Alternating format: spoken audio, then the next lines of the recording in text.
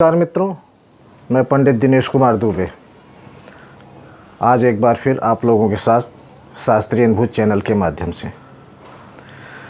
साथियों, आज हम आपको एक महापुरुष के बारे में बताएंगे जिन्होंने बचपन के समय में बाल्यकाल में, उनका बाल्यकाल का समय है, अपने परिवार के साथ घर में रहते थे। एक दिन पिताजी से बातों बात में हो गई। पिताजी ने कहा, बेटा, सबको भगवान खिलाता है, वो किसी को बिना खाए सोने नहीं देता, सारे संसार का मालिक है वो। बेटे ने कहा, पिताजी, अगर मैं नहीं खाऊंगा तो भगवान क्या मुझे ज़बरदस्ती खिलाएगा? तो पिताजी ने कहा, हाँ बेटा, भगवान तो ज़बरदस्ती खिलाएगा, वो बिना अपने पुत्र को बिना खिलाए कैसे सोने दे सकता है? बोला, ठीक है पिताजी, मैं इसकी परीक्षा लूँगा। बोला, ले लो। वहाँ से निकल पड़े हुए, चले गए घोर जंगल में। जाके घोर जंगल में एक पेड़ के नीचे बैठ गए। बोले, मैं देखता हूँ भगवान हमको कैसे खिलाता है, जब मैं खाऊंगा ही नहीं तो कैसे खिलाएगा? बैठे रहे, बैठे फिर पता नहीं क्या सोचे, चढ़ गए पेड़ के ऊपर। पेड़ के ऊपर चढ़ गए। पेड़ पर चढ़ने के बाद एक डाल पर जाके चुपचाप वहीं बैठ गए। उसी पर आराम से बैठे पड़े रहे। थोड़ी देर बीती थी, वहाँ एक राजा अपने मंत्रियों के साथ आया।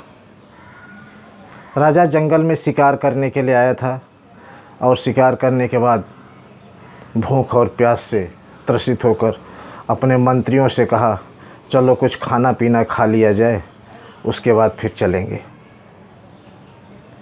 बस क्या था, उसी पेड़ के नीचे जिसके ऊपर वो बालक लेटा हुआ था, उसी पेड़ के नीचे राजा ने अपना तंबू डाल दिया और सब खाने पीने का बंदोबस्त होने लगा। 56 प्रकार भोग सज गए। जैसे खाने की तैयारी हो गई कि अब खाना खाने के लिए बैठा जाएगा, जो है देखते हैं तो विपरीत साइड, दूसरे साइड से आकाश में ज़ोर से जो है धूल उड़ती हुई धुआं जैसे एकदम दिख रहा है और इधर ही बढ़ते चली आ रही है। राजा ने मंत्री से पूछा, ये क्या है? मंत्री ने कहा, राजा साहब, डाकू आ रहे हैं, यहाँ से बहुत जल्दी निकलना होगा, नहीं तो हम लोगों को लूटेंगे भी और मारेंगे भी। बस क्या था, तुरंत खाना पीना वहीं छोड़ राजा अपने मंत्रियों के साथ घोड़े पर बैठ के वहाँ से निकल लिए। और वाकई में राजा के जाने के थोड़ी देर बाद ही डाकू का एक बड़ा दल अपने घोड़ों से टप टप करते हुए उस पेड़ के पास पहुंच गया और वहां देखता है तो खाने के बहुत सारे व्यंजन रखे हुए हैं। डाकुओं का सरदार सोचता है, इस जंगल में यहाँ खाने का इतना पूरी व्यवस्था, कुछ तो गड़बड़ है। तुरंत अपने साथियों को आदेश दिया कि ढूंढो, जंगल में कोई न कोई तो होगा, बिना किसी के रहते ये खाना कहाँ से आ सकता है, और वो भी इतना खाना जो हम लोगों ने कभी देखा नहीं है। डाकू लोग सब चारों तरफ फैल गए, जंगल में लगे ढूंढने। वहाँ कोई खाना, वहाँ कोई देख रहे, तब तो राजा था, वो अपना मंत्रियों के साथ वहाँ से निकल गया था। कोई नहीं मिला।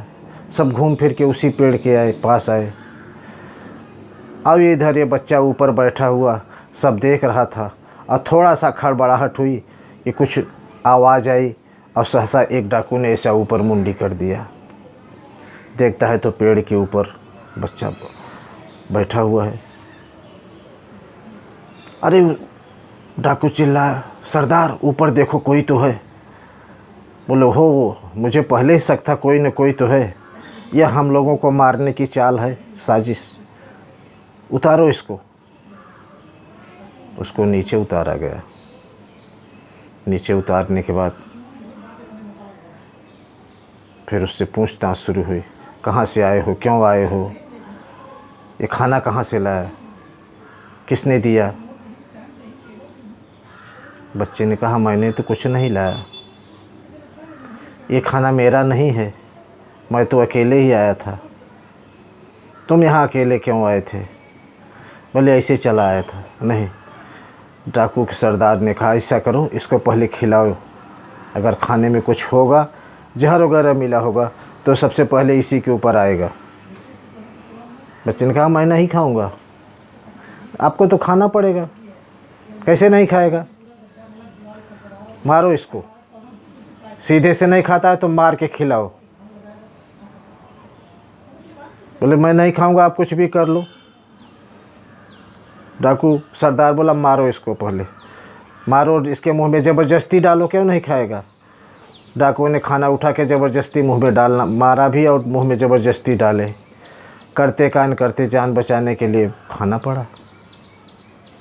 सोचने लगे, वाकई भगवान गजब का मायावी है, अपने संतान को बिना खिलाए सोने नहीं देता है, और नहीं खाएगा तो मार के खिलाता है। आप लोग जानना चाहेंगे कि यह कौन थे, आगे चलकर कैसे हुए। उस बच्चे के हृदय पर, मानस पटल पर भगवान की प्रेरणा अंकित हो गई। बोला, मैं ऐसे भगवान को प्राप्त करके रहूँगा जो अपने बच्चे को बिना खाए नहीं सोने देता है और न खाने पर मार के खिलाता है। और आगे चल के एक बहुत बड़े संत के रूप में विख्यात हुए, जिनका नाम था दास मलुका, मलुका दास। अजगर करे न चाकरी, पंछी करे न काम, दास मलुका कह गए सबके दाता राम। सबका मालिक वो है, वो सबको खिलाता है, उसकी जैसी मर्जी हो वो अपनी मर्जी के हिसाब से चलता है और बिना खाए किसी को सोने नहीं देता। तो साथियों, ये थे मलुका दास, आगे चल के एक बहुत बड़े महापुरुष हुए। हमारी ये कहानी आपको कैसी लगी, आप लोग अपने विचारों द्वारा ज़रूर कमेंट कीजिए, लाइक कीजिए, सब्सक्राइब कीजिए। धन्यवाद।